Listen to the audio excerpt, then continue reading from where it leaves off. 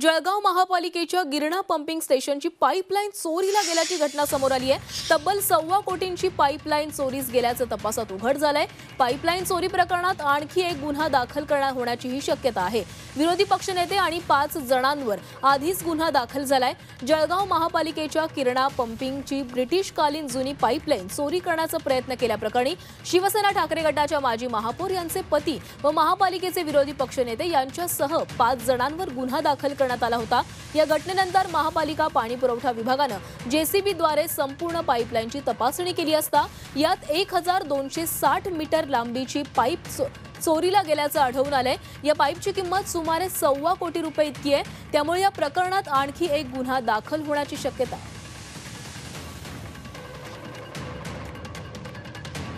महानगरपालिकेची ब्रिटिशकालीन पाईपलाईन आहे आणि ही बंद स्थितीत आहे, परंतु आम्हाला आमच्या इंजिनियरला अशी माहिती मिळाली की आपल्या पाईप कोणीतरी काढत आहे। त्यांनी घटनास्थळी धाव घेतली असता काही पाईप काढल्याच्या निदर्शनास आलं आणि तत्काळ आम्ही त्याबद्दल FIR नोंदवलेला आहे। आणि या व्यतिरिक्त सुद्धा मी आमच्या पाणीपुरवठा अभियंत्यांना आदेश दिलेले आहेत की या व्यतिरिक्त काही पाईप चोरीला गेले असले तर त्याचा तत्काळ शोध घ्यावा।